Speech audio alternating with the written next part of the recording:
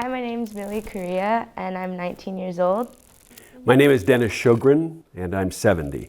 Tell me more about school. What are you studying? So I'm double majoring in social work and Christian studies. Okay. Yeah, so pretty So blessed does for that mean you want to go into social work, or you have other thoughts I haven't about really narrowed what I want to do exactly, but I've been praying about maybe like school social work, and then slowly, being able to implement like the Christian studies background. Maybe I could work like in a private school, as like a school counselor or something like that. So again, still praying about that. But so far, that's... You said you were a freshman? Yes. You've got a lot of time to figure this out. That's what people say. That's what people say. But yeah, I'm excited. It's just going. Yeah. So It's you going. just started your college career. Yeah, I'm in my second semester. So almost done with that though. So Yeah. it's going. It's going there. Good. Yeah. It's a good school, well thought of. Yeah, it's nice. Like professors are very, very nice. Like, yeah, it's crazy. I've gotten to know them, and more so like a friendship level, and just like learning from them, and getting that constructive criticism, and is just really, I value that in education. Yeah, so it's nice. Yeah. What about your daughter? You said that she went to PUC? Yeah, so Jenna and Shane are here, they're members here. Okay, yeah. They have 2 kids, and Jenna's having her third next month. Shane, is he the one that did the basketball? He is. Okay, awesome. He just got baptized, right? Yeah. Okay, awesome, yeah. Yeah. So That's so cool. And then I have a son, doesn't attend here. And we came here in 1997, so been here since then. Okay. We came largely because of the man this building's named after. When I walked into this church and he reached out and shook my hand, it was like, okay, I'm staying. Yeah. And so I watched him hug all the little kids, and so I knew this was a good place to be. So been here ever since. Awesome. Yeah. I didn't know that it was named after. Pastor Elias? Oh, this place. I thought you meant like Azure. Oh, no, this place. this building. Yeah, I love that. I do remember him when I was little, and I just remember seeing that he would just... You would have been really little. I do remember though. He was so nice, and he was always, even though he didn't really know me that well, he would always just welcome me, and just greet me like if he had known me for a long time. Yeah, he was pretty special. How would you like me to address you? Like Elder Denny? Is that No, fine? it's you can call me Denny. I tell people my name is Dennis. My friends call me Denny. You pick. Are you sure? Yeah. Okay. I can't call you Elder Dennis? Yeah, that feels weird. My dad is still alive, so Mr. Shogren doesn't work. You can call me whatever you're comfortable calling me. Okay. Hi, Denny. Thank you so much for sitting down with me. Can I ask you, what does board leadership mean for you? And how did you know that you were being called to be a leader in the church? Well, that's a really interesting question, because this is not my first time being the board chair, if that's what you're talking about in terms of leadership. Shortly after we moved here, I became chair of the finance team. And I did that several times, and I think this is the 3rd time actually that I've served as a board chair. Okay. It was never a position, neither of those was something that I was looking for. It was just something that people said, we'd like for you to try this. And so I said, if that's where I can serve, that makes sense for me. It's something I know, or something I'm comfortable with. Yeah. So I have to say I've never really felt called to leadership. That's never really been a goal. The goal's never been to be a leader. I phrase it for myself as I've been called to serve, and I serve in areas that I'm at least perceived to be good at. And so that's where this thing comes from for me, is if I'm able to serve, if I'm able to help people, if I'm able to facilitate what needs to be done, then that's a role that I'm happy to fill. You're willing to serve in that capacity. I love that. This is your first time serving? Yes, this is. So what made you decide to say yes when you got asked to do this job? Yeah, so when I first got the call from, the other board member, I was a little bit nervous because I didn't really know what board leadership would mean, or I didn't know what it would look like. And so I did not take the decision lightly at all. I prayed about it because it's a big deal, you know, to be the voice of a young population at a church is an important role. And so I did pray about it, and I just felt like the Lord was really giving me the green light, you know, go for it. When you went through that decision process, what did you think you were being called to do? Because there's so many youth at this church, I'd want to be a representation of the young people of Azure Hills Church. So how would you go about that? Really just just being present, honestly, throughout decisions and, you know, board activities. I think if there's a place where, you know, I feel or someone feels like we need a youth represented there, then I feel like I would raise a voice and say something about that. Because I'm very close and active with the youth here, I'm able to get their opinions and their needs of, you know, their church family, their church environment, and take them to the board. When you're talking to youth, whether you're talking to them as the elected leader in the sense of a board representative or just hanging with them, how are you going to interact with them so that you get a feel for what it is that moves them or connects them or what they're lacking? How does that work for you? How do you process that? So as a collegiate, I've been in their position, you know, as high schoolers. Like, high schoolers go through so much. Having already lived through that season of life, I'm not going to say that I know everything that they go through, but I have a feeling and a sense of kind of what might be going on, you know, in their spiritual lives and other aspects of their lives as well. I'd say I just pay attention to those things, and then also I ask them, you know, I always ask them, like, how can I serve you? How can we as like a youth group, how can we serve you? How can we pour into you? And so really creating that space for the students to really let you know and vocalize their needs is very crucial, and I do value that, and I try my best to do that. When you're doing that, do you find people on the outer fringe, if you will, that you don't get to talk too much, or they don't participate? How do you draw them back in? It's tricky when a student, you know, when you see a student kind of on the sidelines, or, you know, maybe they might start distancing themselves away from the church.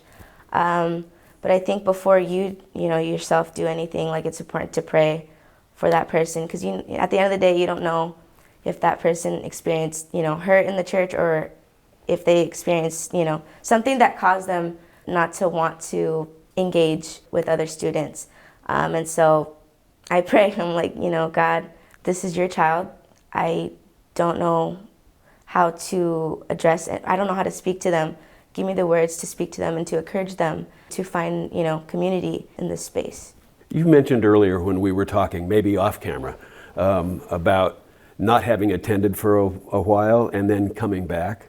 What was it that brought you back?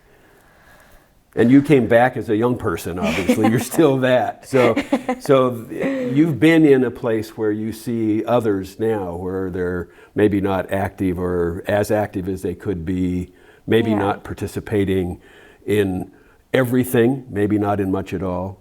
How do you take what you went through and make that work for them? Yeah, so when I was around 16, almost 17, I felt a deep conviction from the Holy Spirit saying, come on, Mili, like, we gotta, let's start making an effort to be in community. And I had never been in a youth group before, and so I didn't know what that looks like. And then youth groups kind of intimidated me, but I felt a conviction from the Holy Spirit to join a community where leaders could just pour into me spiritually, and I could just learn more. That was my wake-up call for coming back. And then also Pastor Nick, he really reached out to me, and we did Bible studies. And so little by little, I just started getting familiar and comfortable with the youth, and I think that's what brought me back in. And looking back, I'm just ever so grateful for those opportunities. I like that. So we've said for generations that the youth are the future of our church. Right. when I was a youth, I was told that. Yeah. How do we put those words into better action so that it becomes part of our culture and not just something that we say for every new group of youth? I hold so much value to youth mentorship. If we could just have people walk alongside, these students, people that are willing to hear them out, hear them on their doubts, and not shame them for having those doubts. People that could take the time to explain, in this case, Adventism. Like, what does that mean? Why do we worship on Saturday? Like, why do we do these things? I think that would be a good way to make space for the youth and to serve them in that way. So you mentioned just a bit ago about hurt.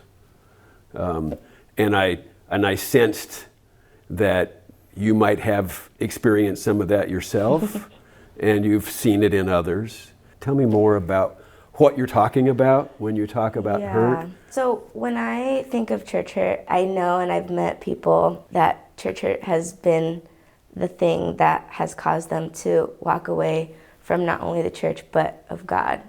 And it's unfortunate. Tell me what you mean by church hurt. I mean, be explicit about what it is feels like a really big umbrella. I'd say when people leave the church because they've been hurt by either leaders or members of the church, whether that means But hurt by what people have said to them, right, or about conflict. them? Yes, or... in both, I'd say. Okay. Yeah. And when you say conflict, you mean face to face, in your face yelling? It could be, yeah, it could be. Or condemnation because of the way people behave? All of those. All of those all things. Of those, yeah. I've seen how it's affected this generation. It's sad and it's unfortunate, but it's real, And so I think churches need to be aware of this and work on how we can get to the root issue of that.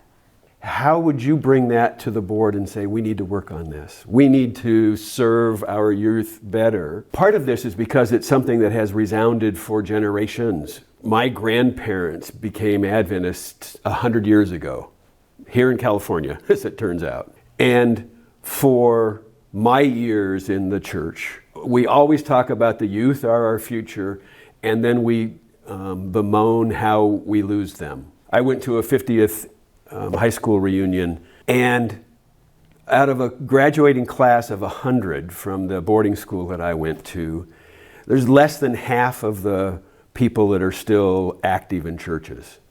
Less than half. So this is not something that's new. Right. It's not something that's exclusive to generations, but it starts with the youth. Right. And it's really then on us to figure out how to reach them.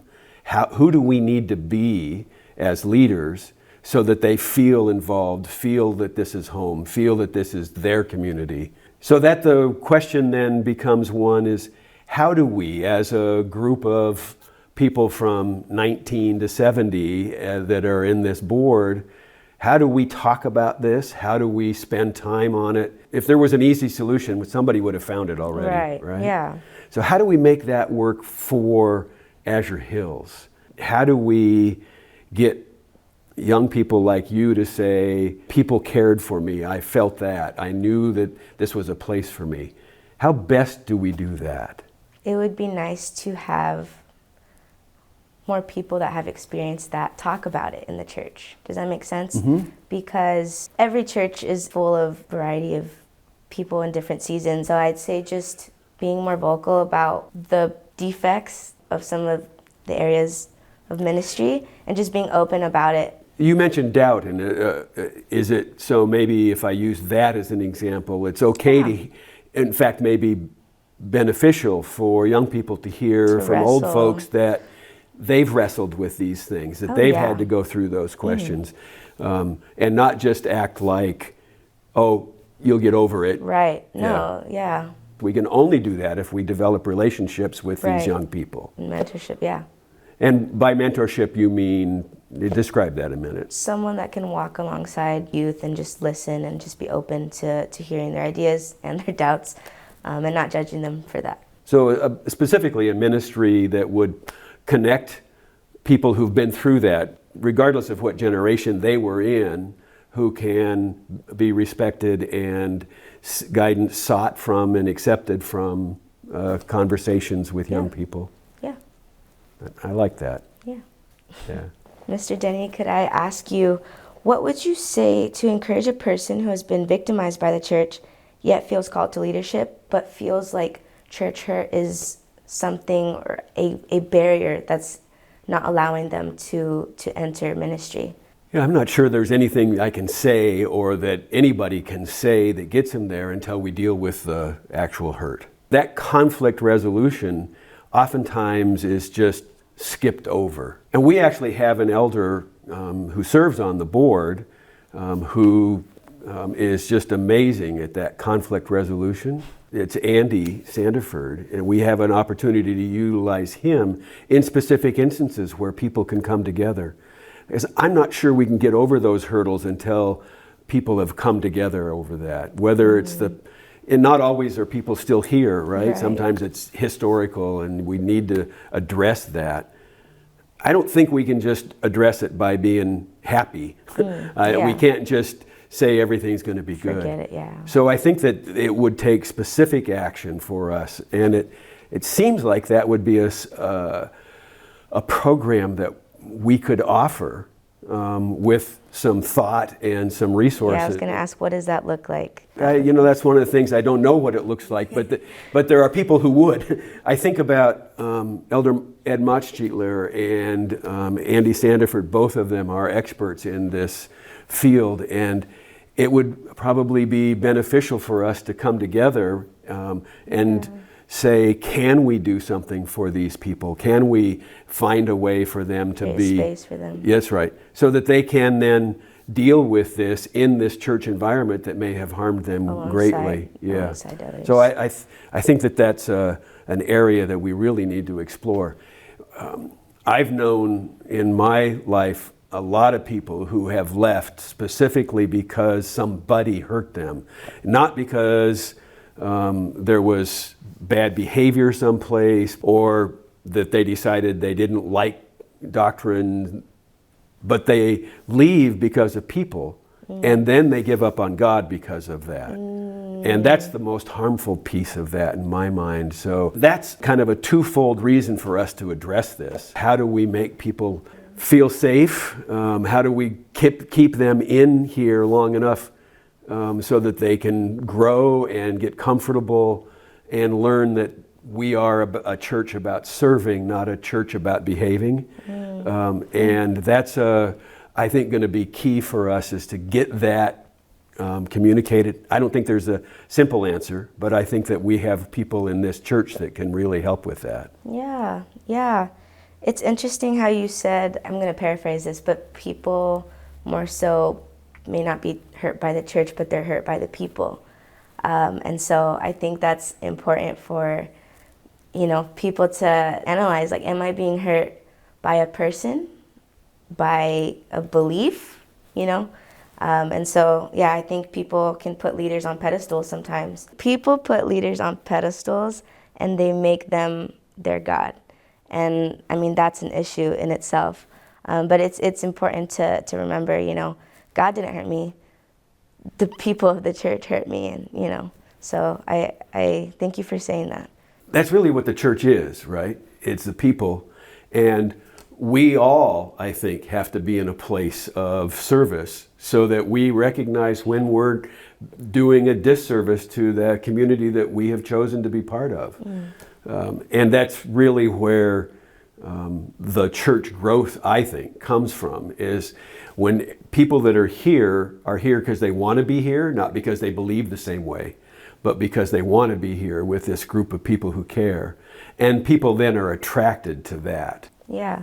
I can talk about Marie a bit. Marie was one of those who was attracted to this church by us being right about things, because she came from a different background. But what's kept her for all of these years is not that we're right, but it's the people, it's the relationships, it's the family that has grown out of this church That's what keeps us all together, not just knowing we can have a common belief that we're sure of. Could I ask what your view is on why young people are leaving Adventism? And what would you say the best way a church can respond? Because I know I had already shared my opinion on it, but I'd love to hear what you have to say about that and your opinion on that. Yes, it becomes a really complicated question. I don't know that's right, but I can tell you what I think. I think that people leave because they're looking for something that they are not getting. And so they keep looking. If people are not having their needs met where they are, they're going to look someplace else to have their needs met. And I think that as a community, we often confuse this doctrine for meeting people's needs, and that's important, but it isn't what people are looking for. It's not what young people are looking for. It's not what older people that are going through crisis in their lives are looking for. It's not what lonely old people are looking for. They're looking for a community. They're looking for people who care, and not only people who say they care, but people who demonstrate that they care. I think that that's why people leave at whatever stage of life they're in when they leave. It's because their needs are not being met. I think that part of the answer to that is to have a culture in our church where people know that their voice will be heard, so that people will recognize their needs. And then we as a community have to figure out, how are we going to meet those needs within the confines of a church? But we are really a community of believers whose main role here, in my view, is to take care of each other. Be a family. Be a family. It's why God told us so many times to take care of the widows and orphans and the strangers at thy gate. Take care of all the people who aren't privileged like you're privileged. It's such an important thing. And when we neglect that, we neglect people. And when we neglect them, they're going to go somewhere else to find what their needs have been neglected. It's important to create the space, but then not only create the space, but invest in that space. Space is going to get filled by something. Right. So we can create a space. If we don't fill it, something else will. And that's so good. if we want to have the leadership of that, if you will, then we have to figure out how to fill that space with what it is they need. Maybe sometimes it's just a word of encouragement. Maybe it's a lot more than that. Maybe it's a place where they can express their doubts and they can work out the things that they're struggling with in their life. Sometimes it's a helping hand. All of those things are things that become barriers if we ignore the plea. So we not only have to open space, but we have to hear that plea and figure out a way to answer that. I don't think I had thought of it like that. Thank you. Thank you so much for answering my questions today. It's been good to talk with you. Yeah. I really enjoyed this. Yes, thank you. Now I'm going to make you talk more in board meetings. No.